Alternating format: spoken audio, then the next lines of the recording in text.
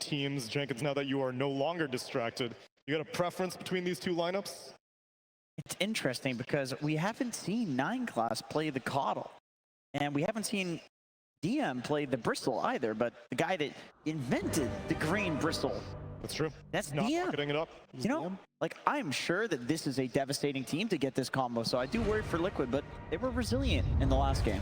And hopefully they didn't let that all chat get to their head, because it would be a damn shame if all 3 series for today were 2-0s. So let's expect some competition as we get into game number 2 with Sunsfan and Cinderin.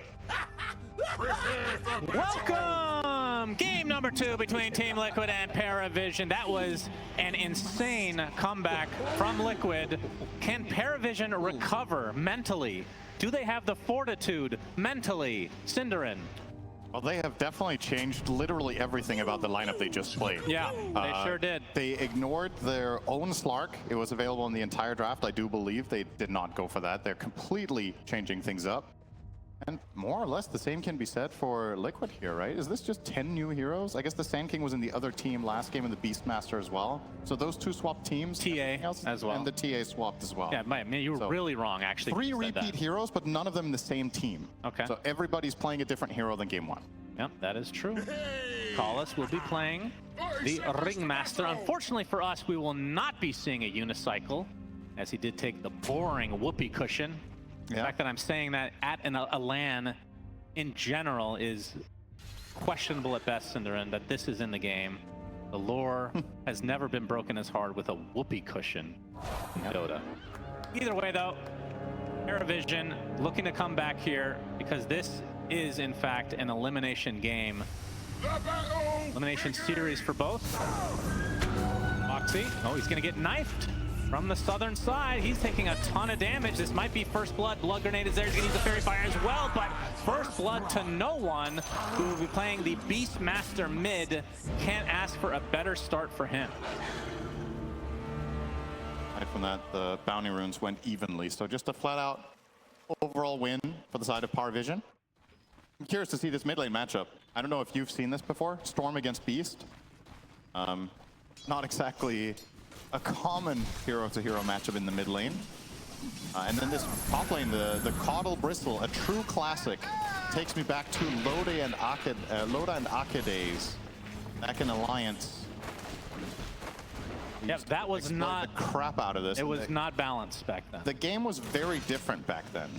But the one thing that remains a constant in all of Dota 2's competitive history is that people are going to exploit the crap out of stuff that's overpowered. So let's see if that'll be the case here. 9 class will get the courier kill. He's taking a beating for it, though. Yeah, will it cost him his life? Just die. He is just dead. Doesn't try to deny to the neutrals, so the creeps will go back to where they came from.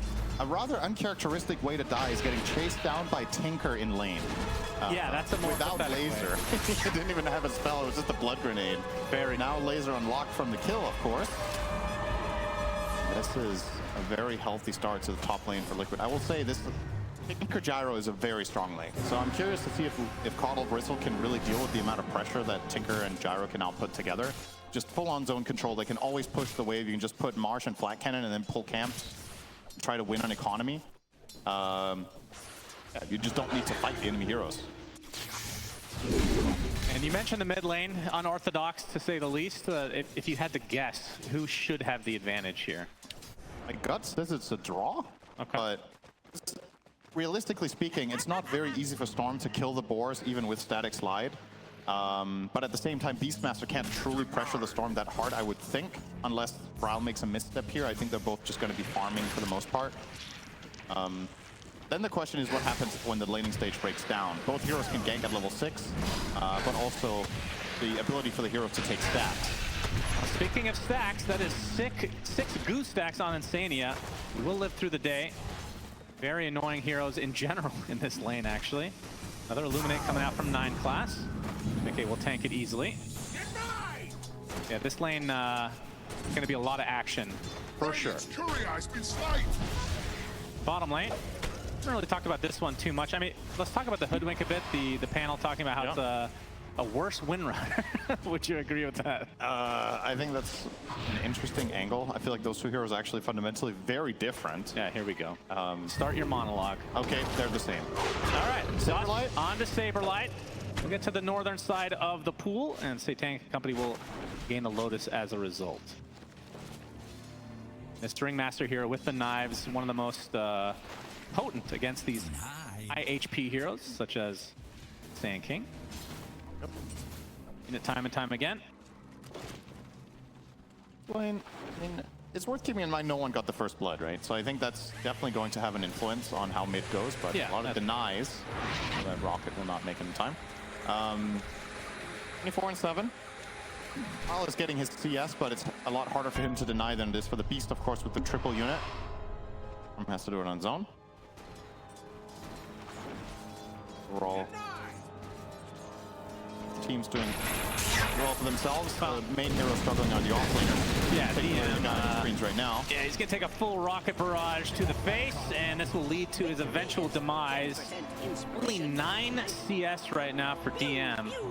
Definitely a very rough start. Of course, this is a hero that can get back into the farm department with some stacks. Yeah, there are a lot of heroes, or a lot of creeps rather, pushing into them top as well. So in theory, Parivision should be able to get a decent amount of CS on DM here, but get the side pull off is what I talked about with Gyro and Tinker. You just push out the wave and you pull hard cam. If Parivision try and come and contest these creeps, I think they don't stand a chance. Like, they're just gonna have to run through March and Flak. You can't do it. So every time Liquid pulls this hard camp, it's just dead creeps. Parivision. I think Insania should just pull it again here. He's actually going to stack perhaps on the top side, or is he going for gate play? Either way, I mean, he can do whatever he wants. I really like this move as well. I think through the gate. Yeah, if you consider the resources that Parivision have right now, bottom side, even a Tinker can pull this off. It is nighttime. The extra cover to perhaps make an avenue for themselves here. Coming in from the south, the Burrow Strike's going to set things up. Laser to follow on Ducalis. He is mega dead. Question is, can they get Satanic inside this March of the Machines? Under the cover of the tier 1, he will barely survive. Down to Goose, though. He's got a Fairy Fire only. You're gonna have to send some tangos down. There's a healing salve actually on the way on the courier for, but that's Ringmaster, so what's Satanic gonna do here? Both tangos and salve will get him up to speed. Iron Class taking heavy harassment in this lane. To the gate himself with DM. He is left alone for the time being. Only level 4 right now. In terms of his farm, still a ways away from Vanguard. And we saw Saberlight already have that, I want to say about a minute ago. That's essentially the discrepancy between the offlaners. Yeah, he is dirt poor on Bristol. I don't know, I think this hero, when you're this far behind, it has a very large tendency to become a liability. So you got to be very careful now in Parivision that you don't just lose DM from the game entirely. Stacks, as you mentioned, is a good way to recover. Auto will be focusing on that, but you've already established Liquid have really good ways of clearing neutral creeps, so... Oh boy, homing missile into a big ol' zip from Bryle. Down goes 9 class for Liquid. Pretty happy in this top lane at the very least. They stick and take the wisdom here? It is 20 seconds away. Their Gyro Storm are very strong for this kind of fight.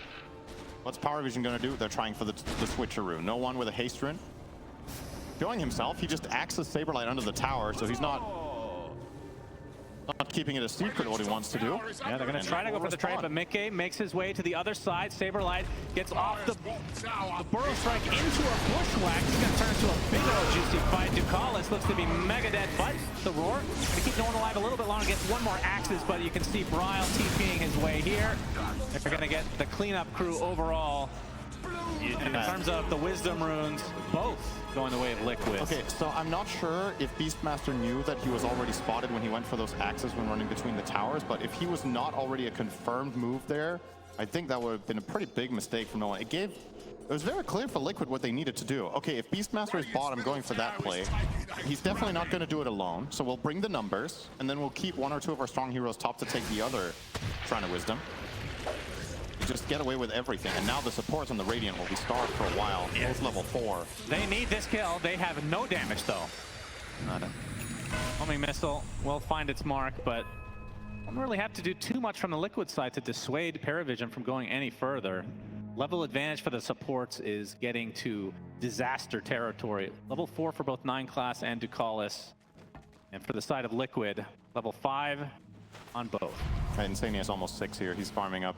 One of the big changes in recent Dota for Tinker, the way the layout of the jungle makes it so much stronger, which is a big part of the reason why Tinker has become a first pick as well, and has made a resurgence, is there's just so many layouts where you can march 2 camps simultaneously, and it doesn't matter whether you're playing support or core, just level 3 or level 4 March of the Machines can take out 2 camps at once. And the added benefit of it is that a lot of the time the farm you're taking is farm that your teammates don't want. Yeah. So you're flat out just conjuring gold out of thin air that the other team doesn't get in the same fashion. And you can defend towers. So you're seeing what Insania is doing right now. He's just TPing in mid and marching it out to push. And now he can choose whatever he wants. Does he want to go to do 2 camps on the side, or does he want to stay here and defend? And of course he can just TP and be a part of a smoke as well if he wants. He's gonna help his teammates out here with farming some fat stacks in the triangle. Yeah, so both sides taking out stacks. This one definitely larger on the Liquid side, but being shared between essentially 3 heroes for the most part. Yeah. But the stacks for DM desperately needed just to get to level 6 here, the 9.5-minute mark. As the Vanguard, so Halberd will be first on the table. Dire's middle tower is under attack. Yeah, pretty good item against Gyro, of course. Burrow strike into the sandstorm. We're going to see the bush, or the sharpshooter rather, connect on its target. Whip, not really going to be used to full effect, as Satanic already at half HP under his tier 1. Don't know if Liquid can continue, but they get the bushwhack onto 2 to follow, and Mickey's actually making his way over as well. The homing missile will be applied to Satanic. They get Ducalis on the run. We'll see if this homing missile will set things up. Refraction is there. All down. Call down to follow, though. TP support is coming. Do they have the vision for the melt? They do. Satanic actually turns it around at a Boxy instead, and Mickey, completely out of mana, has to retreat. That's a sexy double meld play. Caudal TP's in with a Chakra Magic ready. They communicate that on the spot. Double meld, kill the Hoodwink, and get out. It's still a very nice move for Liquid to force that rotation and also take the tower here. So as it stands, somehow no one is staying ahead of the curve on net worth, and this will be an early Aghanim, and they're trying for the tower trade.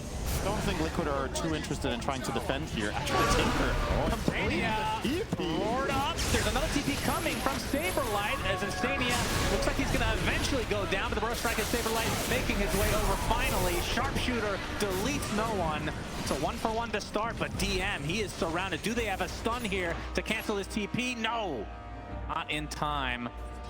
Yeah, if It you're ends gonna, up being a 1-for-1 overall. I was like, Insania completing that TP is kind of crazy. If you're gonna do that, you better bring the numbers. And well, they brought the whole team, so they definitely wanted to hold on to their tower, and it was mission successful. The trade even quite good, you know, Tinker for Beast. But of course, it was a 5-hero rotation. There will be a little bit of farm efficiency lost that Parivision will pick up by playing multiple lanes simultaneously. Still, holding onto your tower, definitely well worth it. Insania back to like nothing happened, just farm both camps on the right-hand side of the map. Now, Ducalis just about to hit level 6, so everybody has the ult at their disposal. See if they want to try to make something work.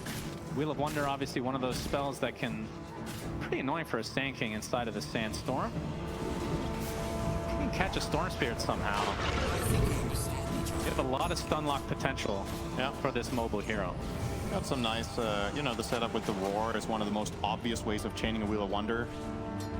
Hard single target lockdown that you can follow through on. Saberlight missed the stun. It's kind of deep now too. Yep, he's going to take a knife for his efforts, but the rest of Liquid are essentially behind him.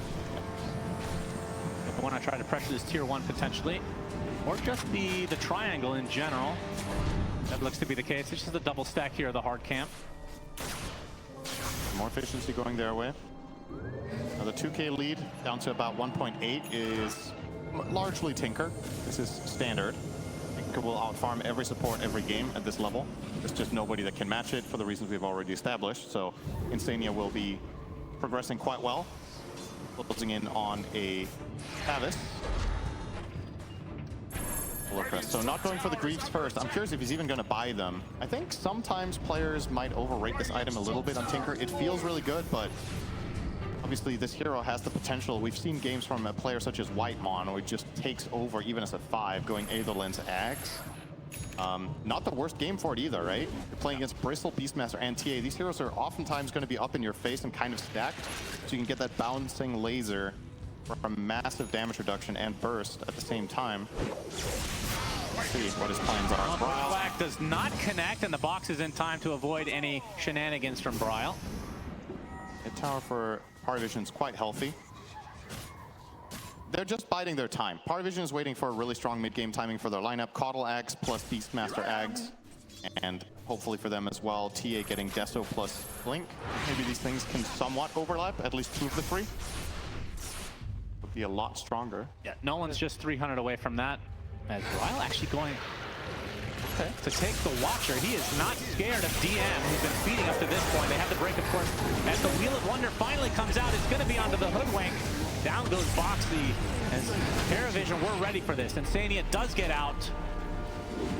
Radiant's top tower is Not too under bad. They finally get their first wisdom of the game. Yeah, they do defend it and they do get it, but they forced 5 hero rotation and the only kill they got was the Hoodwink. So not the end of the world by any means for Liquid, but it's again, I guess my big question for this game is who's really benefiting from it just being this chill? Because a lot of the time Caudal lineups do very well in this phase because they can just out-efficiency the opponent around the map. You're just pulling heroes around with recall, you're gaining a ton of extra farm that was unavailable, but specifically against Tinker, I can't really say in good faith that Parivision are necessarily happy to just trade farm forever. Also, the overall scalability, the Dire lineup becomes extremely potent late game. Invis rune for Bryle, gonna be setting up on Ducaz. Actually gets the box off in time. And DM pretty damn low on mana. Not sure if he wants to fight here. Backed away for the time being. 2K lead for Liquid, still feels kind of static at the moment. Yeah. But still, top farmer of the game is Satanic with the Deso, Dragonlance. As Roche makes his way over to his eventual death trap. There is the Solar Crest that you talked about on Insania. Some nice item timings here. Very curious about his next quick buy. Saberlight trying to go high ground, but he's going to get greeted by a Primal Roar, and he is dead. Oh, Insania laser beast instead of Insania wants to fight, apparently. He's going to get deleted, but the rest of Liquid have come. Call down is there on top of the TA.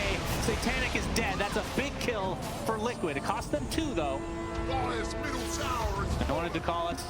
Along with 9 class, primed and ready to fight still, despite not having the Primal Roar at their disposal. Looks like the fight will break up from here. Yeah, so Tormentor. If they get this out of it, it's a big win for them. I don't think Liquid have what it takes to contest this. So, yeah, one of those situations where, you know, a bit of a misclick, I'm assuming, from Insania. He lasered the Beastmaster instead of the TA. That cost him his life.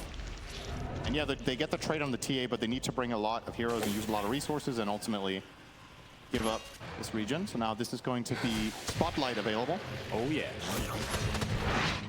So interesting against Sand King. Obviously able to find him in the Sandstorm. It gives True Sight. No illusions to kill though. No. At the very least. That seems, we've seen that in a couple of games where Ringmaster has been played against Terrorblade, and you and I have both been kind of blown away by how fast it can kill all the conjured images, but in this case, there's probably not even going to be a Manta this entire game. Like, nobody wants to buy any sort of illusions on the Dire team. If it was old school Dota, Tinker would get a Manta, Cinderin. Oh yeah, the Virot 2 build. I didn't know that there was a name for it. As the Right. zip comes in, Bryle not able to make the connection, but the tier 1 tower looks to be conceded here for Parivision. St. know, Kaya now online. It took me a trip down memory lane. Yeah. The Virot, I think Virot is actually the guy who perfect timing. he invented travels on Tinker. That was not really? the default build. Interesting. People didn't, I think what people used to do back then was they bought Arcane Ring. That was an item you bought at the time. see. Now it doesn't it's exist. a bad sign. But, yeah, he popularized Manta because you could just travel around and drop Mantas everywhere. Oh, this is a backstab potential here from Liquid. EM farming camps at the moment. 9 class to the side. Burrow Strike not going to hit anything. Sandstorm onto 3 here. Onto 2. Illuminate's going to get some nice heals. DM focusing on Insane. He is so tanky though. The sharpshooter onto Saberlight though with the right clicks of no one is enough to punish this move from Liquid. He was very, very close to getting off Epicenter, but they do get the roar just in time, and that's a death sentence on the spot. But great bushwhack from Boxy. Could have made that a great fight for Liquid, but Parivision were ready. The power of recall being displayed there from 9 class, pulling the Beastmaster down to that fight. Speaking of, no one is only 1,000 now away from BKB. The key item in this game for sure, you look at the Dire lineup, it's almost purely magic damage with the exception of Flak Cannon. But Flak Cannon, he has the side gunner too. Flak Cannon largely is spread damage. You don't necessarily do the most single target damage compared to a hero like PA we saw in the last game. So when you're in BKB, you should feel very confident, especially with Drums of Slom, that you can just stick around, have essentially free movement the entire fight until it expires. We're seeing Insania answering my question about which way he's going to go about it. He will go mech, but it doesn't look like the full Greaves. It's mech into Blink, and I assume then we're looking at the Ags. Yeah. This has the potential to be a very long. Oh, don't spoil it, Cinderin. Roar? Roar is going to connect here outside of the Sandstorm, and, well, the Wheel of Wonder actually going to be avoided from Saberlight, but he is slow to a crawl and will die. Spotlight was placed, as Insania and company will be able to get out, so it's just a 1 kill, but still, this is yet another death for Saberlight. It's the 3rd of the game so far. No one's actually a beast in this game. Well, literally. He's got, oh, yeah, true. Yeah, that's it. He's playing Beast now. He's got Drums of Slom for the heal. He's got Essence Ring for a heal. And he's got Illuminate for a heal. Very, very tanky. And again, once the BKB is running effectively invincible, Liquid have to, I think, if they're approaching these mid-game fights, be selective about their targeting. I think you ideally jump the supports and build the fight around kiting. You can see this is a very quick BKB, and that is a relevant stat. This is in 99 matches, and he's beating by several minutes. So obviously sometimes you see a different build order that will affect it. Make no mistake. And of course, mostly it is played in the off lane. But it goes to show that the timings that you're used to seeing from Beastmaster, obviously this time that he's mid and doing this well, some of the itemization and some of the timings might be accelerated more than you're used to. See if Liquid are up to the count. Okay, Airball will be there to start things out with the call down, and now the roar as well, but the rest of Liquid are on the way. Get a little bit of shield action, but Midgate does die. And Insania gonna go on top of no one, but that's a BKB TP. Oh, it actually gets canceled by himself, it looks like. They do find Paulus to start this out, but no one in the midst of all of this damage inside of the Sandstorm gets off the axes again. They're starting to stack up. Boxy and Saberlight onto the low ground. There's a TP now from Insania. A very long fight. Only a couple of heroes died here. Actually, I'm really surprised no one started TPing out. It's like, you're stronger than the entire enemy team. What are you scared about? And then he was like, oh yeah, I'm actually pretty strong, and started fighting. But those couple of seconds that he spent TPing until his eventual cancel, that little bit of extra damage might have been a tinker kill, and who knows? Perhaps this could have snowballed further, so a little bit of indecision or uncertainty on Parivision's side. And perhaps the other allied heroes were also a little bit too far away. Well, they got the big kill and they got out, so cannot be unhappy with that result if you're Parivision. Killing Gyro's enormous. Still about 1,500 away from BKB, so perhaps there's one more moment of opportunity to kill Mickey once more with the next war. 9 class getting an enormous power spike of his own with the Aghanim Scepter, so Yeah. recall is going to be a very important part to this game. A great way to try to counter a hero like Tinker, who's all over the map. See if Parivision can put things together here. Will-O-Wisp. They don't have the easiest ways of breaking it either. It's kind of only Gyro with Flak Cannon that wants to attack this in the middle of a fight. Either way, if you are going to break it, even with Gyro, you know, there's probably some efficiency and some damage being lost in the fight, unless it's literally all Flak. They don't have great attack speed overall, do they? No. Don't mind if I do. A 4K lead for Parivision, but we've seen this before. It was double this last game. Liquid able to come back. I mean, we haven't really seen a Roche attempt as of yet. There's the blink from no one. He's been getting some pretty damn good roars so far this game, and this will give him even better access to set spell. We're going for the Shivas next. Stupendous. And for Satanic, who still top of the net worth overall, BKB is about 600 away. And that is definitely what they're waiting for before they push the pedal to the metal.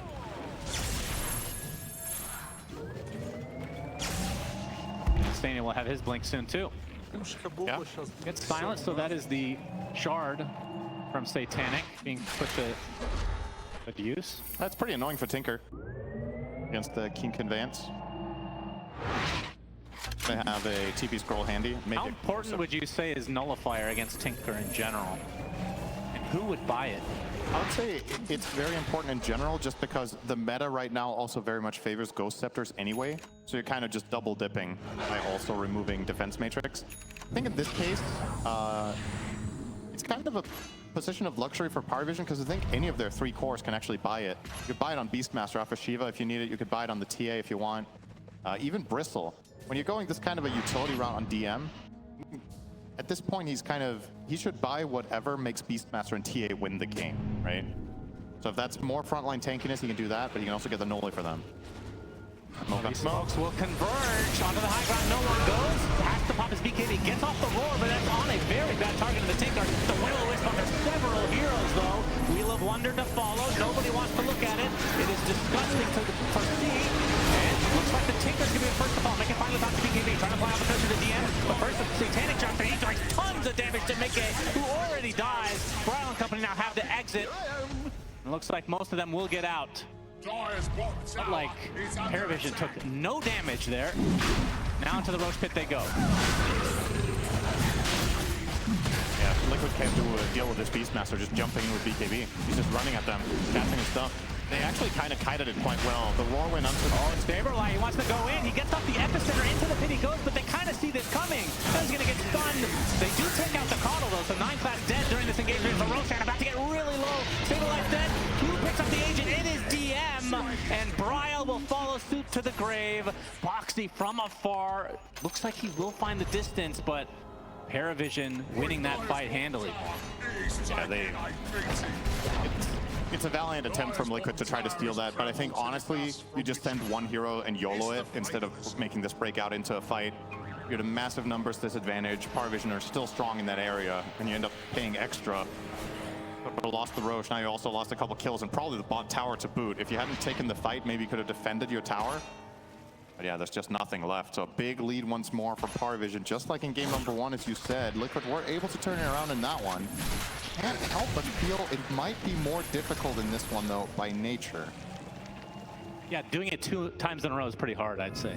Yeah, it's also like, let's say the lead is the same, that it's not equally obvious. I think last game Liquid had a very clear, isolate and kill this hero and snowball the fight off of that. I don't necessarily think their lineup is capable of doing that in this game in the same fashion. So this time around, the challenge should be even harder. Quite creative about the way you set fights up. I think the man on your screen right now, Insania, he's got a very key role to play here. I'm still curious to see his next path. Now that he delayed his dagger in favor of Ghost Scepter, and now he's gonna die again, probably. Probably is an understatement. Inside the Will-O-Wisp, he is alone. It's off the Ghost Scepter, but it is not to be. Saberlight, that was really, really close. The whip landed. I want to say that was a fraction of a second after he TP'd out. That would have been a bonus kill for Parivision. They're not going to stick around and take the... Are they taking the... Oh, they're taking the Tormentor, just the 2 of them, I suppose. What? Oh, not for now. Did they notice it's up? It's just a total freebie. Where's my pension? They'll get to it at some point. Gotta kill the creeps, though. Maximum efficiency. Base of the drums. No one. Okay, maybe they did forget about it. Okay, here we go. Okay. DM out on the high ground. You wanted DM there for it. To share the damage. Share the load. No one actually gets the shard. Okay, so gets the increased Hawk duration, and of course getting another one. One of the more annoying spells to have to deal with. Just like it feels like it's it gets lost in the shuffle in a lot of these fights, just getting rooted randomly. And it's also against Gyro, so yeah. And the Lord Gyro is really scared of Hawks. no, he just kills them. Ducalis will be pausing. Okay. This actually gives us a good time to have a little survey action. Raleigh, how you doing tonight? All right. I got 2 questions. Who likes Cinderin? Okay. Yes! I knew it! Who likes hot dogs? What? Okay, I was not expecting that. My goodness. They like you more than food, Cinderin. Congratulations. Who thinks Suns fan is funny? Yeah! All right, there we go. All right, not bad, not bad. Good. Had to fill Another a successful survey, and as we know, with an audience this big, it's definitely statistically significant. Yeah, so that does not bode well for me. somebody loves the significance out in the crowd. I appreciate you. The chi-squared score of this survey was excellent. Boxy deleted during that time that Cinderin was having a monologue, and Stania attempting to TP out. He's fine. He's under attack. As the Ghost Scepter, as DM will put some pressure on this tier 2 tower. Dire's middle tower is under attack. The Aegis upon him. Not a target you really want to focus on. Oh, Saberlight though. Oh, Will-O-Wisp barely misses, but they see him. The Dark 10X attempting to TP for him, for the Atos to cancel, and a nice kill coming out for Satanic and company. It's so awkward. That was kind of a pitiful escape, but we're actually supposed to go with that burrow strike. This would be a much bigger kill. No one, and a 1 versus 1 comes out on top over the enemy carry. Mickey punished. My lord, he is strong on Beastmaster right now. Dire's bottom tower. Right facet for the game. Oh yeah. Definitely going beast mode here. No one. 16K lead for Parivision. What can Liquid do about this? They're going to actually go ahead and fight, not having 2 of their members. Nice box from Ducalis, saving his ally, and no one's just going to continue on to Boxy. Ryan will have to zip away in shame. TP for Stania. The whip cancels it. So 2 more die for Liquid. Only Bryle gets away. Mission failed? That wasn't even remotely close. I think that they were just hoping that Beastmaster had no backup there, because it's going to take them a little while to kill him, but Parivision were in position, and that was indeed not a bluff that time around from no one's Beastmaster. That's going to cost them 3 dead for 20 seconds. This Radiant lineup, makes no mistake, it pushes really freaking fast. This tower... I think it's a late barracks within these 15 seconds. Oh yeah, they might try to go for another kill as well as no one. It's off the axes. Aegis is consumed now though. Tower. Not the extra life to work with. They get the tower and now the focus onto the melee barracks. Liquid's gonna have every member up in 5 seconds, but yeah, they lose the melee and Parivision exiting immediately. Clean disengage. And the lead is growing and growing here. Yeah, not too bad. Gaining 13K while having the Aegis. Yeah, that's good. Danny will now start working on Aghanim Scepter, but if it continues in this favor, not sure if he'll have the time. Yeah, that's the thing. Is he actually gonna get? I mean, the way these last 10 minutes have been going, there's very little to write home about for Liquid. And Bryle. Trying to TP, but gets roared and melt striked. Goodbye. So it wasn't a team wipe before because Bryle survived. Well, I can basically call it that. But I feel like that's been the biggest issue in this game. I think the Storm has been a very underwhelming pick, and I can't say that it's been because Bryle has played it poorly. I just think it's been very difficult for him to access anything. So the value of this mid pick has been very, very low, and we've talked a lot about, well, if Tinker gets there, etc. Storm is meant to bridge the gap during this phase of the game by finding pickoffs. He's been in 5 kills in 31 minutes on Storm. Very little working out for the side of Liquid. Now they're going to be constrained on probably what should be less than 25% of the map until Storm respawns. The full-on grip here on all 3 lanes from Parivision. It's a bad sign when 9 class starts dropping the voice lines. He's been quiet for this game and the end of the previous one. They were put in their place last game. Yeah, so. He needed to warm up. I don't think there was a voice line in this one for the first 20 minutes, but his BPM, as we like to call it, the voice lines per minute, Jenkins has been very adamant that we should introduce more acronyms. Yeah, of course. Makes sense. who has time to speak eloquently. Yeah. Let's get the abbreviations out there. I think Jenkins needs as many acronyms as possible because he can't speak eloquently to begin with. This is true. Helps him a lot. No one has refresher. Yeah. This is going to be a tough task for Liquid. Very big. I don't know if this has to be one of the highest net worth Beastmasters I have ever seen at 32 minutes. Oh, yeah, for sure. It's unreal. How far he is. Now they got TP bot, and roar number 1 will not need the second. Saberlight ends up dropping here. Yeah, if you can solo a 2300 HP and 30 armor Sand King as Beastmaster in one roar, you can kill anyone in 2. You can solo the gyro. And as we've established, you and I, in this tournament, Lincoln's just not a favorable item in general. So, yeah, it's hard for Liquid to even buy it. Panic gonna get pulled, but he gets boxed. He gets boxed, there's no one. Doesn't have his roar back. Of course, could refresh, but low enough cooldown, you don't really need to worry about that too much. Liquid without one member, so 4v5 for the next 30 seconds. And Satanic can now start to destroy your buildings in the mid lane. Liquid probably just have to give this up. Will-O-Wisp just placed just in case somebody wants to actually try to defend. And possibly the last fortification of this game, unless Liquid can make some crazy comeback here. That will be a second lane for Parivision. Now you can start thinking about the old Roche. Oh, I thought you were going to say game 3. Well, that too, yeah. It's like, well, you've had plenty of time sitting in your base, wondering. Well, nobody's saying mouse this time. Yeah, this is just a bad manners pause, I believe. Okay. The floor is vibrating, I think, is the issue. Not used to the base. Some good advertisement right there. My goodness.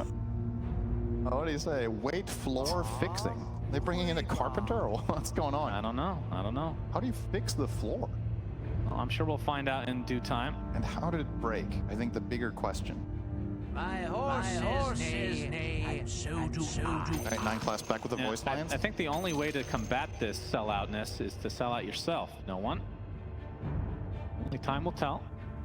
Only one buyback in this game right now. It's on the Parivision side. Yep.